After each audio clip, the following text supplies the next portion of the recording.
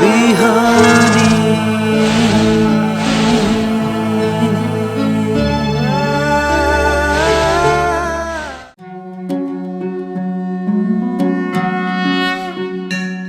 ओम स्वस्ति प्रजाभ्यः परिपालयन्तां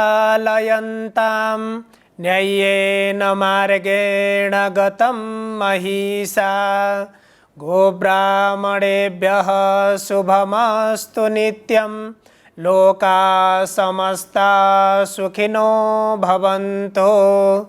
वसुदेवसुतं देवं कंसचाणूरमर्दनं देवकी परमानंदम कृष्णं वंदे जगद्गुरुं।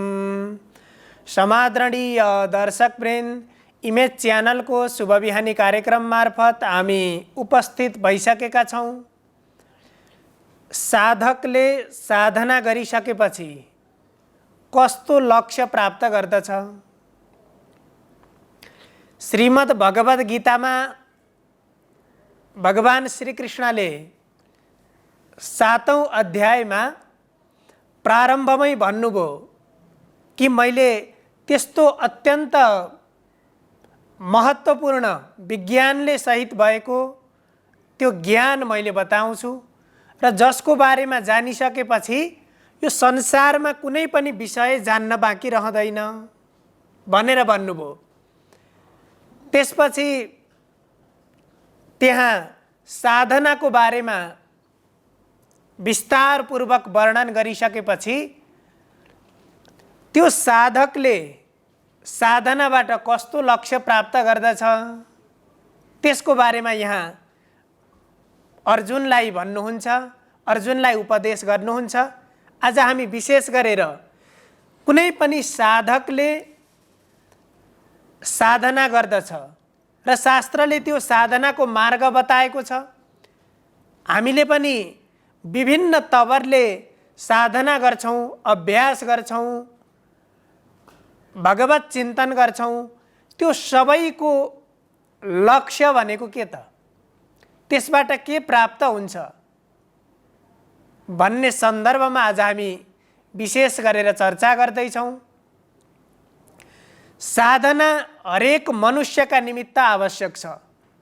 साधना भनेको हामीले एउटा कर्मको रूपमा साधनालाई लिनुपर्दछ। जसरी कर्म बिना यो चराचर जगतमा भएका कुनै पनि प्राणी कर्म बिना रहन सक्दैनन् र हरेक प्राणीको आफ्नो कर्म हुन्छ र त्यो कर्मलाई अवलम्बन गरेर जीवनको यात्रालाई अगाडि बढाउनु पर्छ। र अन्य प्राणीहरूभन्दा पनि मनुष्यको निम्ति त्यो साधनाको मार्ग बताइएको छ र मनुष्यले त्यो साधना के को निमित्त गर्नुपर्दछ? जीवनको अन्त्य अवस्थामा पुग्दाखेरि मैले जीवनभर गरेका कर्मबाट के प्राप्त भयो त्यो अवस्थासम्मको जन्मदेखि मृत्यु पर्यन्त मनुष्यले आफ्नो जीवनलाई कसरी व्यतीत गर्ने, आफ्नो जीवनलाई कस्ता कार्यहरूमा लगाउने, त्यसको निमित्त शास्त्रले निर्देश गरेका छन्, शास्त्रले बताएका छन्। र जुन कर्मबाट, जुन साधनाबाट यो जीवनको हामीले के को निमित्त यो मनुष्य जीवन प्राप्त गर्यौं त्यो लक्ष्य प्राप्त हुन्छ। यहाँ भगवान श्री कृष्णले अब त्यो साधनाबाट साधकले के चीज प्राप्त गर्दछ यहाँ भन्नुहुन्छ। जरा मरण मोक्षाय मामाश्रित्य यतन्ति ते, जरा मरण मोक्षाय मामाश्रित्य यतन्ति ते, ते ब्रह्म तद्विदुः कृत्स्नम् अध्यात्मं चाखिलं च यत्। अब त्यो साधनाको प्रमुख लक्ष्य भनेको जरा मरण मोक्षाय, जन्म भइसकेपछि मनुष्यको निमित्त जीवन बन्धन बन्दछ। त्यति बेला र मानिसको निमित्त दुःखको कारक तत्व भनेको दुईवटा छन्, जरा र मृत्यु। जरा भनेको वृद्धावस्था, वृद्धावस्था र मृत्युको अवस्था, यी दुईवटा कुराबाट अन्य सम्पूर्ण कुराले परिपूर्ण भए पनि त्यो भएको अवस्थामा पनि मनुष्यलाई त्यो वृद्धावस्थाको चिन्ता र मृत्युको अवस्थाको चिन्ता, मृत्युको चिन्ता, यी दुईवटा कुराले हरेक मनुष्यलाई यहाँ अन्य कुनै पनि आधारमा होइन, हरेक मनुष्यलाई यी दुई विषयले चिन्तित बनाउँछन्। त्यसो भएर त्यो वृद्धावस्था र मृत्युबाट मुक्तिको लागि, त्यो वृद्धावस्था र मृत्युको कारणले गर्दाखेरि जीवन अथवा मनुष्यले जुन दुःख प्राप्त गर्दछ, दुःखको अनुभव गर्दछ, जुन चिन्ता प्रत्येक मनुष्यमा हुन्छ, त्यसबाट मुक्तिको लागि साधना गर्नुपर्दछ। अब यो शास्त्रले बताएको साधनाको मार्ग भनेको जसले मृत्युको पनि चिन्ता गर्नु पर्दैन र वृद्धा अवस्थाको पनि चिन्ता गर्नु पर्दैन। वृद्धा अवस्थामा कस्तो होला, त्यति बेला कसरी मेरो जीवनको अन्त्य होला र मृत्यु पश्चात मेरो जीवनको अवस्था कस्तो होला, यो विषयले जुन किसिमको चिन्ता, जुन किसिमको दुःख मनुष्यलाई दिन्छ, त्यो दुःखबाट मुक्तिको लागि साधना गर्नुपर्दछ। प्रमुख कारण भनेको, साधनाको लक्ष्य भनेको त्यही वृद्धावस्थामा र मृत्युको कारणले मनुष्यलाई पर्ने, मनुष्यले अनुभव गर्ने जुन पश्चाताप, जुन दुःख हुन्छ, त्यसबाट मुक्तिको लागि साधना गर्नुपर्छ। अब साधनाबाट के त्यो वृद्धावस्था नै प्राप्त हुँदैन अथवा साधना गरिसकेपछि मृत्यु नै आउँदैन? यो जिज्ञासा फेरि सँगसँगै उपस्थित हुन्छ। जन्मपछि मृत्यु अवश्यम्भावी छ, जन्मपछि त्यो वृद्धावस्था पनि अवश्यम्भावी छ। यो संसारको सृष्टि नै भगवानले तदनुरूपको सृष्टि गर्नुभएको छ। तर त्यो वृद्धावस्था र मृत्युको कारणले त्यो अवस्थामा मनुष्यले जुन किसिमको दुःखको एउटा अनुभव गर्दछ, त्यो मृत्युप्रतिको डर, त्यो भय, अब जीवनभर मिहिनेत गरेर प्राप्त गरेका सफलताहरू, आफ्नो आफूले कमाएको सम्पूर्ण सम्पत्ति, आफ्ना छोराछोरीहरू, बन्धुबान्धवहरू, इष्टमित्रहरू, साथीभाइहरू जति पनि जीवनभर कमाएको हुन्छ, प्राप्त गरेको हुन्छ, ती सबैलाई त्यागेर, ती सबैबाट विच्छेद भएर, अलग भएर म संसारबाट जानु छ, त्यो जाने अवस्था आउँदाको बेला, त्यति बेला मनमा जुन चिन्ता उत्पन्न हुन्छ, जुन दुःख उत्पन्न हुन्छ, त्यसबाट मुक्ति हुने बाटो अर्थात् त्यो दुःखबाट अलग हुने, त्यो दुःखको अनुभव गर्नु नपर्ने, त्यो कुरा यहाँ यो साधनाले त्यसको अनुभूति गराउँछ, त्यो दुःखबाट मुक्ति दिलाउँछ। किनभने जब संसारमा भएका यी यावत वस्तु, यो भौतिक जगत र आध्यात्मिक जगत, मेरो यो भौतिक शरीर र म भित्र भएको आत्मा, त्यो परमात्मा, मेरो त्यो वास्तविक स्वरूप भनेको त्यो कहिल्यै पनि मर्दैन, त्यो अविनाशी छ। र यो शरीर भनेको पाञ्चभौतिक शरीर, पञ्चतत्त्वले बनेको शरीर, यो जसरी ती तत्त्वको सम्मिलनबाट बन्यो र तिनै तत्त्वमा गएर सम्मिलन हुन्छ भन्ने यो विषयलाई जब मनुष्यले अनुभूत गर्न सक्छ, त्यसपछि त्यो वृद्धावस्था र मृत्युबाट कोही पनि मानिस डराउनु पर्दैन, त्यसको दुःखबाट मुक्त हुन सकिन्छ। त्यसपछि अर्को कारण भन्नुहुन्छ साधनाबाट, ते ब्रह्म तद्विदुः कृत्स्नम् अध्यात्मं कर्म चाखिलम्। अब त्यस्तै गरेर साधनाबाट अर्को के प्राप्त हुन्छ भन्दाखेरि, ते ब्रह्म तद्विदुः, त्यो ब्रह्मलाई, त्यो परमात्मा स्वरूपलाई, त्यो भगवत स्वरूपलाई ज्ञान गर्न सकिन्छ, त्यो भगवत स्वरूपको बोध गर्न सकिन्छ। त्यो भगवान, त्यो परमात्मा स्वरूप हामीले अन्यत्र खोज्न जानु पर्दैन। म भित्रै मैले जसलाई म भनेको छु, त्यो म को स्वरूप नै परमात्मा हो र आफूभित्र नै यदि त्यो साक्षात रूपमा परमात्माको अनुभव गर्न सक्नु, त्यो परब्रह्म परमात्मालाई आफूभित्र देख्न सक्नु, त्यसलाई परमात्माको साक्षात्कार भनेर भनिन्छ।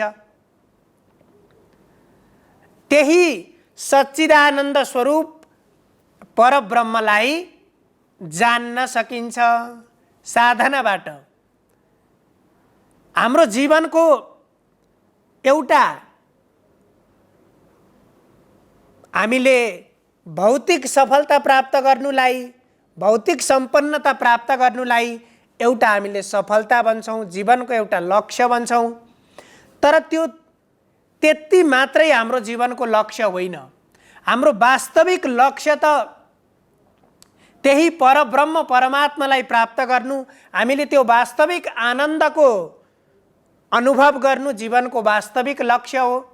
तर त्यो वास्तविक लक्ष्य प्राप्त गर्नको लागि हामीले साधनको रूपमा, किनभने शरीर प्राप्त गरिसकेपछि कर्म शरीरले गर्नुपर्छ र यो शरीरको लागि आवश्यक हुने हरेक वस्तु र पदार्थको संग्रह र तिनको प्राप्ति सँगसँगै आवश्यकता पर्छ। तर त्यसैलाई नै अन्तिम लक्ष्य राखेर, अन्तिम लक्ष्य मानेर व्यवहार गरियो, त्यसरी हिँडियो भने यो मनुष्यको जीवन र एउटा कुनै प्राणीको जीवनमा केही पनि फरक पर्दैन। त्यसो भएर मनुष्यका निमित्त मात्र यो साधनाको बाटो बताइयो। यद्यपि कर्म हरेक प्राणीले गर्छन्, हरेक प्राणीका आफ्ना आफ्ना कर्महरू हुन्छन्, उनीहरूले आफ्नो प्रकृति अनुसार, आफ्नो स्वभाव अनुसार कर्ममा प्रवृत्त बनेका हुन्छन्। तर यो शास्त्रले जुन मनुष्यका निमित्त एउटा साधनाको बाटो बताएको छ, त्यो साधनाको मार्गले मनुष्यको आफ्नो कल्याण गर्छ र आफ्नो मात्रै कल्याण नभएर सारा यो सम्पूर्ण चराचर जगतमा भएका हरेक प्राणीको कल्याण गर्दछ। त्यसैलाई भनिन्छ, त्यसैको अनुभव गर्नु र त्यो कल्याणको मार्गलाई प्राप्त गर्नु भनेको त्यही ब्रह्म प्राप्ति। त्यसैलाई यहाँ भन्नुभयो ते ब्रह्म तद्विदुः कर्म। त्यो ब्रह्मलाई जान्न सकिन्छ, त्यो परब्रह्म परमात्माको स्वरूपको वास्तविक ज्ञान प्राप्त गर्न सकिन्छ। त्यसको साथमा अध्यात्म भनेको के हो त्यसको ज्ञान हुन्छ। अध्यात्म र भौतिक, आध्यात्मिक र भौतिक यी भिन्न भिन्न विषय हुन्। यद्यपि जीवनसँग यी दुवै विषय जोडिएका छन्, तर भौतिक विषयलाई हामीले प्रत्यक्ष रूपमा देख्न सकिन्छ। आध्यात्मिक विषय वस्तुतः हामीले अनुभूत गर्ने विषय हो। त्यसकारण त्यो अध्यात्म के हो भन्ने बारेमा पनि ज्ञान गर्नको लागि साधनाको आवश्यक छ। त्यस्तै गरेर कर्म चाखिलम अखिलम कर्म, शास्त्र निर्दिष्ट हरेक कर्महरू र यो संसारको सृष्टि कसरी भयो, के को निमित्त यो सृष्टि भयो र यो सृष्टिको क्रम कसरी अगाडि बढ्दै जान्छ निरन्तर, यहाँ भएका हरेक प्राणीका कर्महरू के कस्ता हुन्छन्, यावत विभिन्न शास्त्रीय कर्मको बारेमा जान्नको लागि पनि साधनाको आवश्यकता पर्दछ। त्यसो भएर यहाँ भगवान श्रीकृष्णले अर्जुनलाई के भन्नुभयो भने आज हामीले त्यो साधना गरिसकेपछि साधनाको लक्ष्य के हो भन्ने बारेमा हामीले विमर्श गर्यौं र मूलतः यसबाट साधनाको मुख्य लक्ष्य भनेको वृद्धावस्था र मृत्युबाट मुक्ति। त्यो वृद्धावस्था र मृत्युको कारणले मनुष्यले जुन दुःख प्राप्त गर्दछ, मानिसलाई जुन दुःख हुन्छ, त्यो दुःखबाट मुक्ति एउटा कारण हो भने अर्को कारण परब्रह्म परमात्मा, अध्यात्म र कर्मको बारेमा ज्ञान। यी चीजहरू प्राप्त गर्नको लागि मनुष्यका निमित्त साधनाको आवश्यकता छ। सर्वे भवन्तु सुखिनः, सर्वे सन्तु निरामया, सर्वे भद्राणि पश्यन्तु, मा कश्चित् दुःखभाग् भवेत्। हजुरहरूको दिन शुभ होस्। धन्यवाद।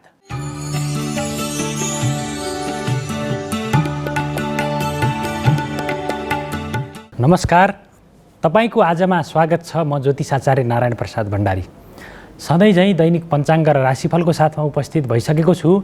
सुरु गरौँ आजको पञ्चाङ्गबाट।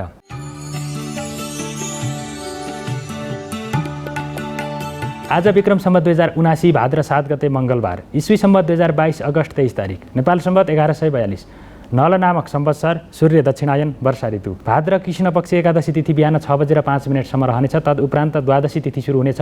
आर्द्रा नक्षत्र बिहान 11:52 रहनेछ। तदुपरान्त पुनर्वसु नक्षत्र सुरु हुनेछ। सिद्धि योग, बालवकरण, आनन्दादि योगमा चर योग रहेको छ। आज चन्द्रमा मिथुन राशिमा भ्रमण गर्नेछन्। आज दिउँसो 3 बजेदेखि 4:30 बजेसम्म राहुकाल रहने भएकाले त्यस अवधिमा सम्भव भएसम्म कुनै पनि शुभ कार्यको थालनी नगर्नुहोला। आज अजा एकादशी व्रत, त्यसै गरी रुद्री पूजाको पनि आजको लागि समय शुभ रहेको छ। काठमाडौँमा सूर्योदय बिहान 5:38 भयो भने सूर्यास्त साँझ 6:33 हुनेछ। अब लागौँ 12वटा राशिहरूमा ग्रहहरूको प्रभाव आजको दिनमा के कस्तो रहनेछ भन्नेतर्फ। मेष राशि हुनेहरूका लागि आजको दिन अनुकूल रहेको देखिन्छ। आजको दिनमा गरेका कामको उचित मूल्याङ्कन हुनेछ। गरेका आँटे ताकेका कामहरूमा सफलता प्राप्त गर्न सकिने योग रहेको देखिन्छ। त्यसै गरी आजको दिनमा तपाईँले गरेको कामको तारिफ हुनेछ। त्यसै गरी कार्यक्षमतामा वृद्धि हुनेछ। आम्दानीको अवस्थामा सुधार भएर जानेछ। खर्चमा नियन्त्रण हुनेछ। त्यसै गरी स्वास्थ्य अवस्था पनि आजको दिनमा अनुकूल रहनेछ। वृष राशि हुनेहरूका लागि आजको दिन केही चुनौतीपूर्ण रहेको देखिन्छ। आजको दिनमा बोलीको कारणले गर्दाखेरि विभिन्न खालका विवादहरू उत्पन्न हुनेछन्। त्यसै गरी व्यापारका बहस विवादहरूमा संलग्न हुनुपर्ने र समय व्यर्थमा खर्च हुने योग रहेको देखिन्छ। त्यसै गरी आजको दिनमा शत्रु पक्ष थप सक्रिय हुनेछन् र तपाईँका काम बिगार्नको लागि उनीहरू प्रयत्नशील रहनेछन्। त्यसै गरी आजको दिनमा दण्ड जरिवाना कानुनी अथवा नीतिगत कुराहरू उल्लङ्घन गरे बापत हुने जरिवाना दण्डको भागीदार बन्नुपर्ने समय पनि रहेको हुनाले गर्दाखेरि त्यसतर्फ पनि केही सजग भएर अगाडि बढ्नुहोला। मिथुन राशि हुनेहरूका लागि आजको दिन अनुकूल रहेको देखिन्छ। आजको दिनमा काम गर्ने उत्साहमा उमङ्गमा वृद्धि हुनेछ। शुभ खालका समाचारहरू सुन्न प्राप्त गर्न सकिनेछ। स्वास्थ्य अवस्था अत्यन्तै अनुकूल भएर जानेछ। त्यसै गरी आजको दिनमा सुखमा वृद्धि हुनेछ। विलासिताका वस्तुहरूमा मन जानेछ। लामो समयदेखि भेट नभएका व्यक्तिहरूसँग आफन्तहरूसँग पुनर्मिलन हुने योग पनि आजको दिनमा रहेको छ। कर्कट राशि हुनेहरूका लागि आजको दिन समय केही चुनौतीपूर्ण रहेको देखिन्छ। आजको दिनमा अरूको लागि दिन बिताउनु पर्ने अथवा समय खर्चिनु पर्ने र आफ्नो लागि खासै अर्थपूर्ण अवस्था नरहने अवस्था रहेको देखिन्छ। त्यसै गरी कुनै पनि काम गरौँ या नगरौँ भन्ने दुविधाग्रस्त अवस्थाबाट मन गुज्रिनेछ। त्यसै गरी आम्दानीको अवस्थामा कमी आउनेछ, गिरावट आउनेछ, आर्थिक समस्याले सताउनेछ, पिरोल्नेछ। त्यसै गरी आजको दिनमा पारिवारिक जीवन पनि अत्यन्तै लथालिङ्ग भएर जानेछ अथवा असमझदारी बढेर जानेछ। प्रेम जीवनमा प्रेमी प्रेमिका बीचको सम्बन्धमा दरार उत्पन्न हुने समय आजको रहेको देखिन्छ भने बौद्धिक क्षमतामा पनि कमी आउनेछ अथवा अध्ययन अध्यापनको क्षेत्रमा पनि अरुचि पैदा हुने योग आजको दिनमा रहेको छ। सिंह राशि हुनेहरूका लागि आजको दिन अनुकूल रहेको देखिन्छ। आम्दानीका विभिन्न मार्गहरू अवसरहरू पत्ता लाग्नेछन्। खर्चमा नियन्त्रण भएर जानेछ। स्वास्थ्य अवस्था पनि अनुकूल रहनेछ। अध्ययन अध्यापनको क्षेत्रमा रुचि बढेर जानेछ। त्यसै गरी आजको दिनमा विभिन्न व्यक्तिहरूसँग देखिएको असमझदारीहरू घटेर जानेछ। भाग्यबलको सकारात्मक प्रभाव रहेको छ। धार्मिक र सांस्कृतिक गतिविधिहरूमा संलग्न हुने अवसर जुर्नेछ। कन्या राशि हुनेहरूका लागि आजको दिन अनुकूल रहेको देखिन्छ। आजको दिनमा मान सम्मान प्राप्त गर्न सकिने योग रहेको देखिन्छ। त्यसै गरी चिट्ठाहरू उपहारहरू प्राप्त गर्न सकिनेछ। चिट्ठाबाट अथवा सेयर बजारबाट मनज्ञ रूपमा लाभ प्राप्त गर्न सकिने योग रहेको देखिन्छ। त्यसै गरी भूमि सम्बन्धी कार्य अथवा कृषि सम्बन्धी कार्य, पशुपालन सम्बन्धी कार्यमा पनि विशेष लाभ प्राप्त गर्न सक्ने समय रहेको देखिन्छ।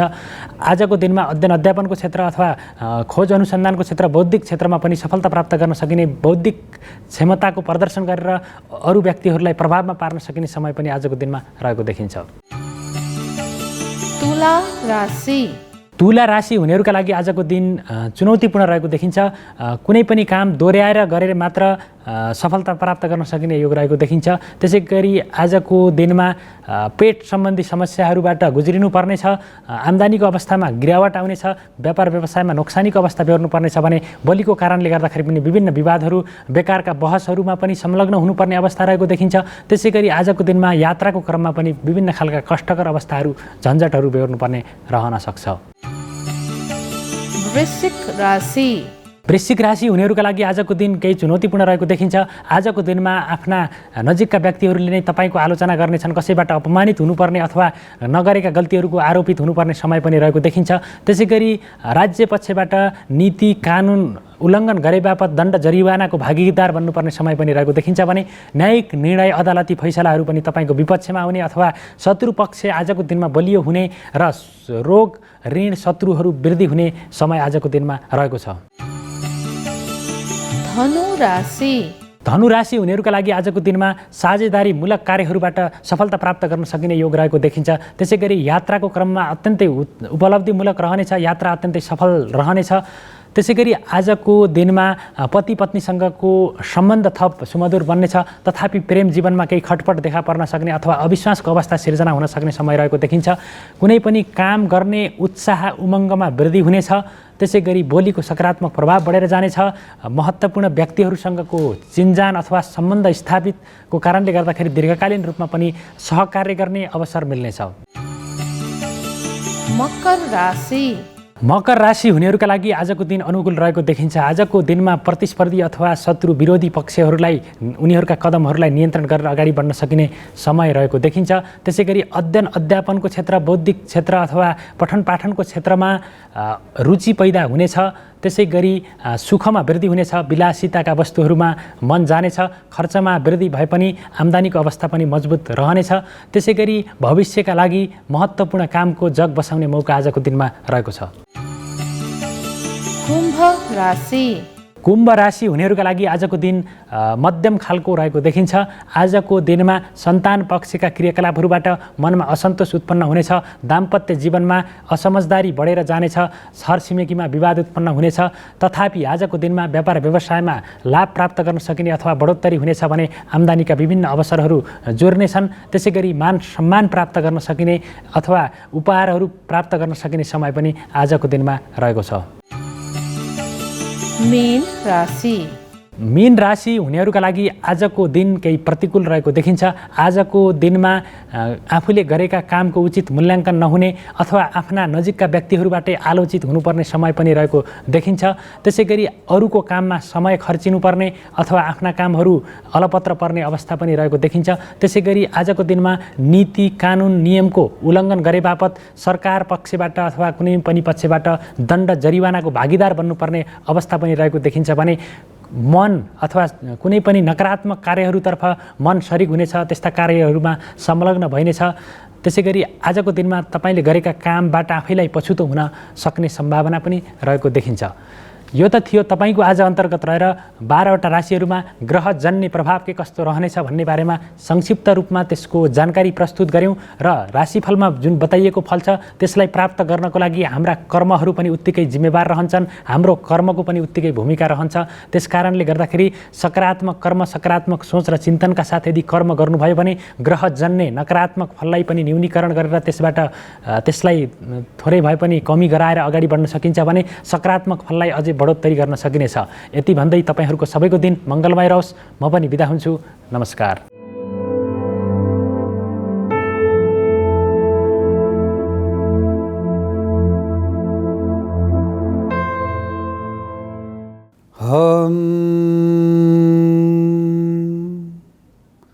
ब्रह्मा मुरारी त्रिपुरञ्जकारी भानु शशि भूमि सुतो बुधश्च गुरुश्च शुक्र शनि राहु केतव नवैग्रह शान्तिकरा भवन्तु। नमस्कार, यहाँलाई स्वागत छ हस्तविज्ञानमा। आदरणीय सज्जन भक्तवृन्द, यो ज्योतिष शास्त्र वास्तुशास्त्र अन्तर्गत यो हस्तविज्ञानलाई पनि ठुलो मानिएको छ। किन भनिबक्सिन्छ भन्दा समय पाबन्दी टाइम टेबल एकुरेट भएन भने तिथि बार यो करण नक्षत्रहरूको ज्ञान हुन सक्दैन। तर यो त परमात्माले नै बनाएर पठाउनु भएको रेखा, कि रेखाहरू जुन छन् नि यो जन्मदाखेरि नै यो चाहिँ नि रेखाहरू,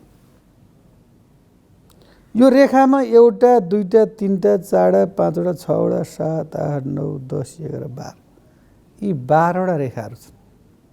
कसैका 13वटा रेखा हुन्छ। यो कसैका यहाँ चाहिँ नि शङ्खै शङ्ख हुन्छ, कसैको चक्रै चक्रहरू हुन्छ।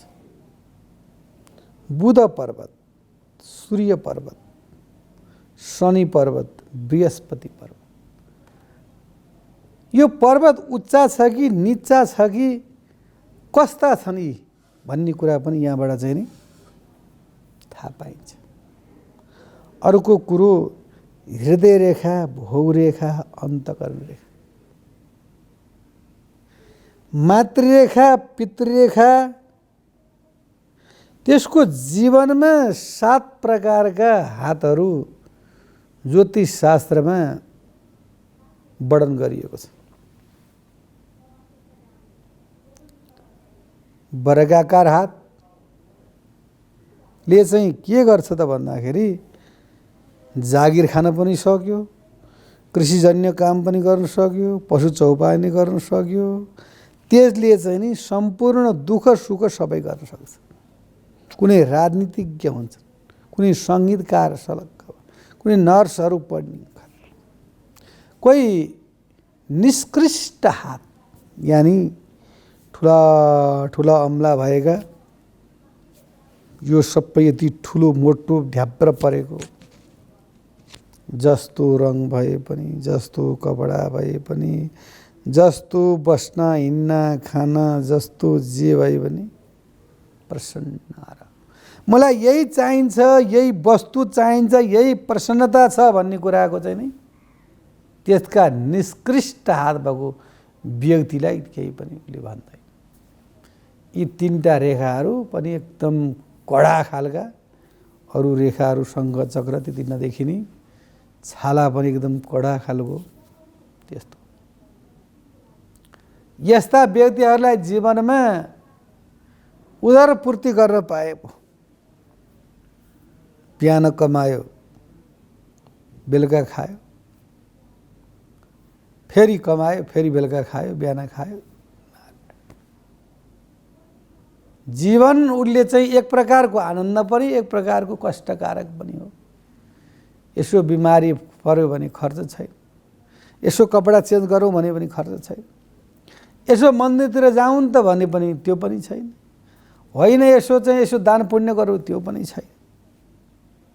टका धर्म टका कर्म टकाई परम, यस्य पार्श्वे टका नास्ति हाटका टकटका यति। हेरिबक्छ पैसाले नै धर्म हुने, पैसाले नै कर्म हुने, पैसाले नै इज्जत आउने, पैसाले नै मान भाव हुने।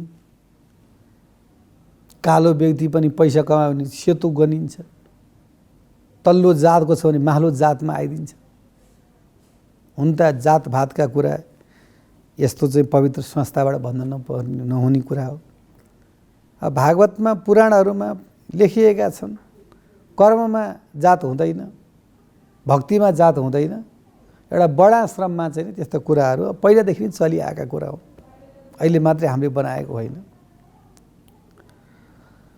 र त्यस्तो प्रकारले यो संसार चल्दै आएको छ।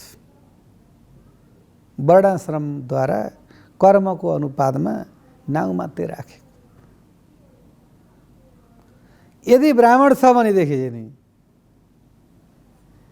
त्यसले शिक्षा पाओस् रे, यसदेखि मै कराइरहेको छु नि, कराएर यसो चाहिँ जीविका प्राप्त गर। अनि वैश्य छ भने व्यापारको लागि धनी बन्नुहोस्। ब्राह्मणम वैश्य जाने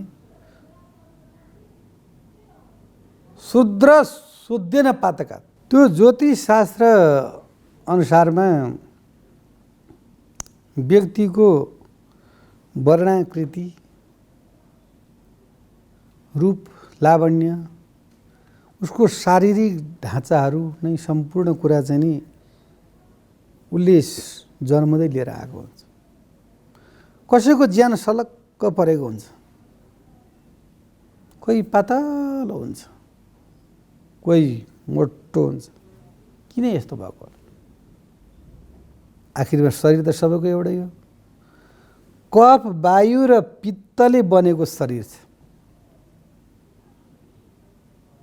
जो कफवाला व्यक्ति छ त्यसले खोकिरहन्छ, वायुवाला व्यक्ति हावा फुल्छ, पित्तवाला व्यक्तिलाई चाहिँ नि कफ, वायु, पित्तवाला व्यक्तिलाई चाहिँ नि यो जन्डिस आदि रोगहरू, ज्वरोहरू हुने, अनेक प्रकारका रोग व्याधिले दुःख दिन्छ। र अनि यसमा पनि के छ भने बक्सिन्छ भन्दाखेरि कसैको शरीर चाहिँ नि एकदम सुडोल, रोग व्याधि नभएको, उसको जन्मको कुण्डलीमा नै महिनामा नै सूर्य उच्च भएको, सबै ग्रहको दृष्टिकोणहरू राम्रो भएको, पाप ग्रह नभएको, वक्र अवस्थाहरू नभएको, त्यस्तो यदि भयो भनेदेखि के हुन्छ त भन्दाखेरि उसलाई सधैँ नै सुखै सुख शान्ति हुन्छ। सबैभन्दा ठुलो सुख भनेको शारीरिक सुख। शरीरमा रोग व्याधि छ भने त्यहाँभन्दा कष्ट केही पनि छैन। धन त चाहियो, नभई हुँदैन। जन्मदेखि मृत्यु पर्यन्त मरिसकेपछि नि चितामा चढाउन नि धन चाहियो। चिता पिण्ड दिएर चाहिँ नि घरमा आएर काजक्रिया गरेर पनि धन चाहियो। धन त चाहिन्छ, धनै सर्वोपरि होइन, तर धनलाई आफ्नो स्थानमा चाहिँ नि चलाउनु पर्यो। त्यो पनि यसमा बताइएको छ। यो व्यक्तिले कति कमाउँछ, कति पढ्छ, स्वदेश जान्छ कि विदेश जान्छ कि, यसको हातमा पैसा टिक्छ कि टिक्दैन, यसका सन्तान कति हुन्छन्, सन्तानभन्दा पूर्व त पहिला विवाह हेर्नु पर्यो नि। विवाह प्रेम कति गर्छ, अनि कास्टमा हुन्छ कि इन्टर कास्टमा हुन्छ कि, लभ म्यारिज हुन्छ कि एरेन्ज म्यारिज हुन्छ कि, त्यो पनि सबै यहाँ बताएको।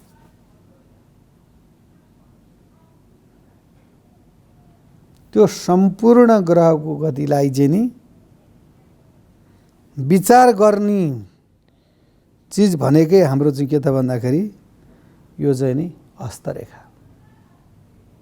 कसैको हात साह्रो कडा खालको हुन्छ,